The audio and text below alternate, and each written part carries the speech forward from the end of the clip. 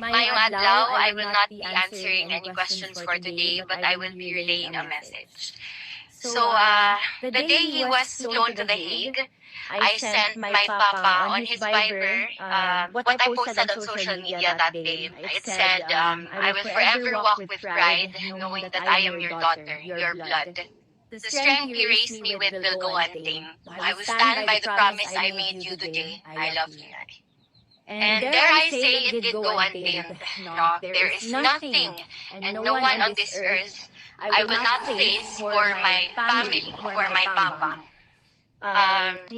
For me to be able to love this fearlessly at such a young age speaks volumes on how Rodrigo Roa Duterte raised me. Do not be fools and think he will die with his body. His fire burns in the bluest of blue. Your Congressman Pulong Duterte